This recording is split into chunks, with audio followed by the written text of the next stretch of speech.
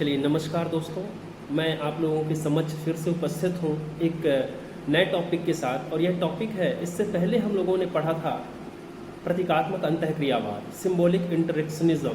तो आज जो हम पढ़ने जा रहे हैं उसके आगे पढ़ने जा रहे हैं।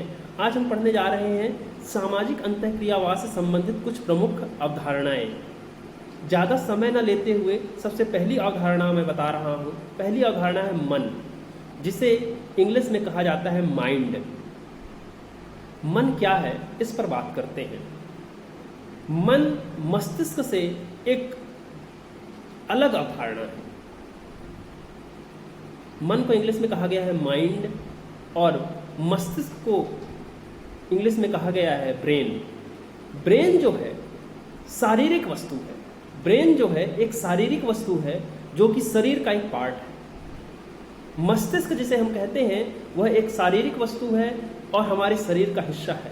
लेकिन सामाजिक अंतःक्रियावादियों ने जो मन है, मन को एक सामाजिक वस्तु माना है और यह भी कहा है कि यह एक वस्तु नहीं है बल्कि यह एक प्रक्रिया है। क्योंकि जो मन है वह स्थिर नहीं रहता है। समय के साथ साथ हमारा जैसे वातावरण होता है, जिस प्रकार से हमारा एटमॉस्फेयर होता है, जो इन्वायरमेंट हमें मिलता है या एक व्यक्ति को जो इन्वायरमेंट मिलता है, उसी के अनुसार उसका जो मन है वह बदलता रहता है। उसका मन बदलता रहता है और यह एक प्रक्रिया है। मन जो है एक प्रक्रिया है। इसे ही हम कह सकते हैं आत्म। मीट जैसे विद्वान कहते हैं आत्म। तो आत्म कोई वस्तु नहीं है बल्कि यह एक प्रक्रिया है। और वह भी कैसी प्रक्रिया है? सामाजिक प्रक्रिया है। क्योंकि व्यक्ति एक सामाजिक प्राणी है और जो कुछ भी सीखता है वह समाज में रहकर सीखता है, अंतःक्रियाओं के माध्यम से सीखता है।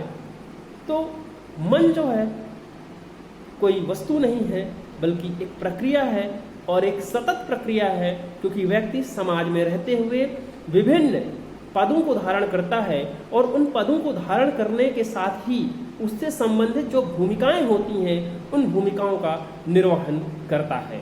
तो पहली अवधारणा है मन।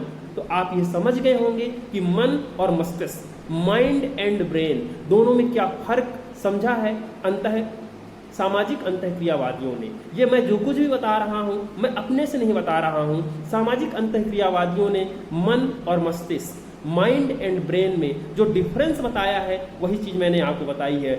मस्तिष्क जो है एक शारीरिक वस्तु है। ये जो खोपड़ी है, खोपड़ी में जो मस्तिष्क है वो उसकी बात जब करते हैं तो वह हो गया ब्रेन, उसे कहा है ब्रेन। लेकिन जो इन्वायरमेंट, जो एटमॉस्फेयर हमारे आसपास होता है उससे संबंधित जो कुछ भी हम सीखते हैं और उसी के अकॉर्डिंगली हम बिहेव करते हैं तो इसे कहा गया है हमारा माइंड, हमारा मन। तो मन और मस्तिष्क में यह डिफरेंस बताया है सामाजिक अंतःक्रियावादियों ने।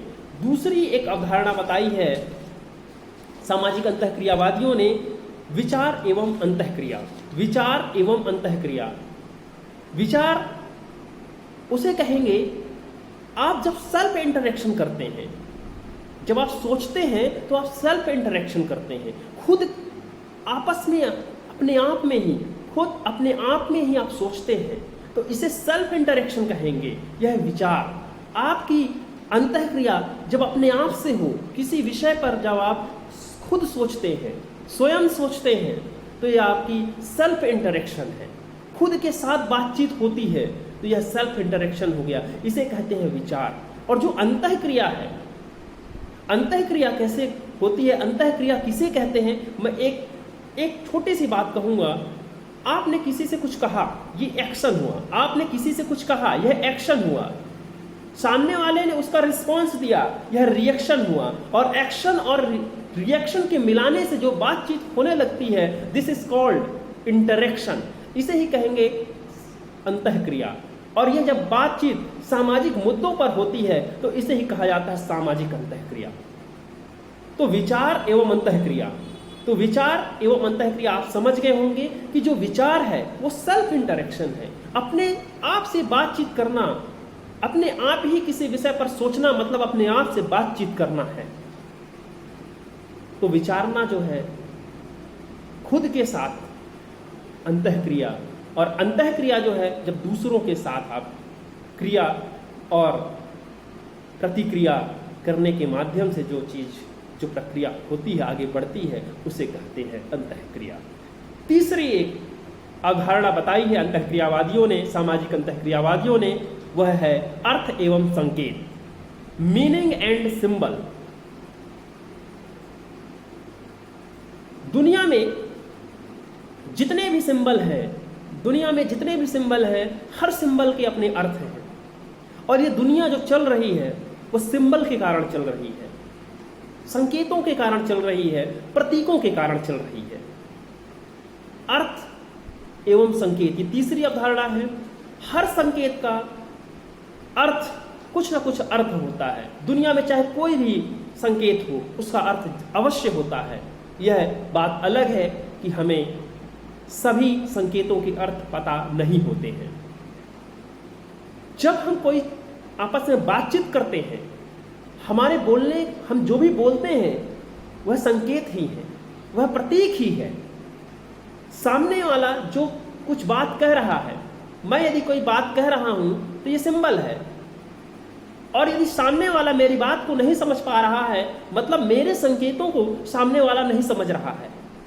यदि सामने वाला व्यक्ति मेरे संकेतों को समझ ले रहा है अर्थात मेरे संकेतों का वही अर्थ लगा लेता है जो मैं लगा रहा हूं, तो हम दोनों के बीच में इंटरेक्शन हो जाएगा। एक तेलुगु जो बोलता है तो उसके संकेतों का अर्थ मैं नहीं लगा पाऊंगा, तो हम दोनों के बीच में क्रिया और प्रतिक्रिया के बाद जो अंतःक्रिया होनी चाहिए वह नहीं हो पाएगी, क्योंकि उसके संकेतों के अर्थ को मैं नहीं समझ पा रहा हूं, उसके संकेतों के अर्थ को मैं नहीं समझ पा रहा हूं। तो जरूरी यह है, अर्थ और संकेत में जरूरी यह है कि जो भी संकेत कोई करता है सामने वाला उसके अर्थ को समझे। जब तक संकेतों के अर्थ को नहीं समझा जाएगा तो दो लोगों के बीच में जो इंटरेक्शन है वह नहीं हो पाएगा। समाज में बहुत सारे सिंबल हैं जिनको देखकर ही हम उसका मतलब, उसका अर्थ जान लेते हैं, उसका अर्थ समझ लेते हैं। कुछ सिंबल मैं आपको बताता हूं और उनके अर्थ भी बताता हूं। जैसे सिंबल है इनफाइनाइट, मैथ में इनफाइनाइट का चिन्ह है अनंत, उसका मतलब होता है अनंत। क्रॉस का चिन्ह देखते हैं और देखते ही हम समझ जाते हैं कि यह संबंधित है क्रिश्चियनिटी से, ईसाई धर्म से संबंधित है और धार्मिकता से संबंधित है।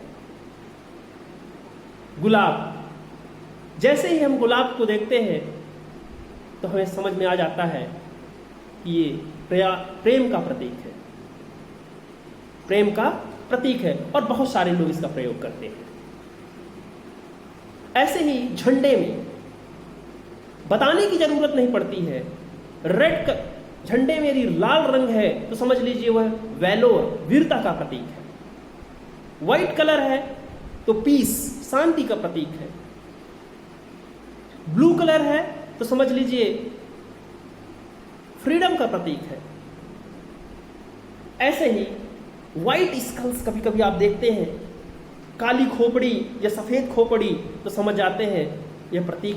कहीं पे अगर सफेद खोपड़ी बनी हुई हो या काली खोपड़ी बनी हुई हो तो समझ जाते हैं कि खतरे का प्रतीक है, मौत का प्रतीक है। ऐसे ही ड्रैगन, नाम सुना होगा आप लोगों ने, ड्रैगन। चाइना को कहा जाता है ड्रैगन, तो एक सिंबल है। ड्रैगन वीरता का प्रतीक है, स्ट्रेंथ का प्रतीक है, शक्ति का प्रतीक है। स्पाइडर जो है, मकड़ी जो है, मिस्ट्री, रहस्य का प्रतीक है। दुनिया में हजारों सिंबल हैं जिनकी अर्थ हो सकता हम ना जानते हैं, लेकिन दुनिया जो चल रही है प्रतीकों से चल रही है। हिंदी साहित्य में बहुत सारे ऐसे कवि हुए हैं, अंग्रेजी साहित्य में बहुत सारे ऐसे कवि हुए हैं जिन्होंने प्रतीकों के माध्यम से बात कही है, डायरेक्ट बात ना कहकर इनडायरेक्ट बात कही है, प्रतीकों के माध्यम से बात कही है। चलिए अगली एक अवधारणा है क्रिया एवं अंतःक्रिया। क्रिया एवं अंतःक्रिया, क्रिया एवं अंतःक्रिया के बारे में यही कहूंगा, मैं बता चुका हूं इससे पहले कि एक्शन, रिएक्शन और इंटरेक्शन, पहले क्रिया, फिर क्रिया की प्रतिक्रिया, और क्रिया और प्रतिक्रिया जब होने लगती है तो वह मिलकर बन जाती है अंतःक्रिया। तो क्रिया, अगर मैं क्रिया करता हूं, सामने वाले को उसका अर्थ समझ में आया तो उसकी प्रतिक्रिया अवश्य होगी, और वही प्रतिक्रिया होगी जो मैं चाहता हूं, क्योंकि अगर मैं जो बोलूंगा सामने वाले को उसका अर्थ समझ में आ गया तो वह वही प्रतिक्रिया देगा जो जिसके लिए मैंने एक्सपेक्ट किया है, जिसके लिए मैंने सोचा है। तो क्रिया, प्रतिक्रिया और दोनों मिलाकर बनेंगे अंतःक्रिया। तो यह है क्रिया एवं अंतःक्रिया। और last but the most important, सबसे इंपॉर्टेंट अवधारणा है आत्म। आत्म इंग्लिश में बोले तो सेल्फ, इंग्लिश में बोलते हैं इसको सेल्फ, आत्म। आत्म बहुत ही महत्वपूर्ण अवधारणा है, और ध्यान रखिए आत्म कोई वस्तु नहीं है, आत्म कोई वस्तु नहीं है, बल्कि यह एक प्रक्रिया है। क्योंकि व्यक्ति जब तक जिंदा है तब तक उसके विचारों में परिवर्तन हो सकते हैं। अगर विचारों में परिवर्तन नहीं होगा तो जितना वह सीखा है उसके आगे वह सीखता जाएगा। इसे ही कहते हैं आत्म। और इससे पहले जब सबसे पहली अवधारणा मैंने बताई थी उसमें ब्रेन और माइंड में मैंने डिफरेंस किया था। ब्रेन और माइंड में डिफरेंस बताया था सामाजिक अंतःक्रियावादियों ने। जो आत्म है वह एक प्रक्रिया है, वह माइंड से रिलेटेड है, वह मन से रिलेटेड है, और इसे ही आत्म कहा है। जो आत्म है हमारे सोचने की, हमारे समझने की, हमारे विचार करने की, हमारे धर्म, हमारी रीतियां, हमारे त्योहार, हमारे उत्सव, हमारी बोलियां, हमारी भाषाएं, सब कुछ हमारे सराउंडिंग के कारण है। जिस प्रकार का हमारा वातावरण रहेगा हम वही सीखेंगे। अगर हम अमेरिका में जन्म लिए होते तो हम इंग्लिश बोलते, वहां की कल्चर के अनुसार ढल जाते, लेकिन हम हिंदुस्तान में जन्म लिए, हम हिंदुस्तान में बघेलखंड में हैं तो बघेली भी बोल लेते हैं, समझ लेते हैं, जान लेते हैं। शहडोल में हैं, शहडोल जिले में, तो शहडोल की कल्चर को जानते हैं, यहां की कल्चर को फॉलो करते हैं। तो ये चीज सराउंडिंग से मिलती है, इन्वायरमेंट से सीखने को मिलती है, और यह एक सतत प्रक्रिया है। यह एक सतत प्रक्रिया है, आप हमेशा सीखते जाते हैं। सपोज करिए कि मैं यहां से जबलपुर में रहने लगूं तो मैं वहां की कल्चर को सीखूंगा, दिल्ली में रहने लगूं तो वहां की कल्चर को सीखूंगा। तो यह आत्म है। आत्म कोई वस्तु नहीं है, यह एक सामाजिक प्रक्रिया है। जब तक मैं समाज में रहूंगा, जहां पे मैं रहूंगा, तो वहां की कल्चर को, वहां के रीति रिवाजों को, वहां के उत्सव को, सब कुछ सीखता जाऊंगा। आज के लिए इतना ही। Thank you.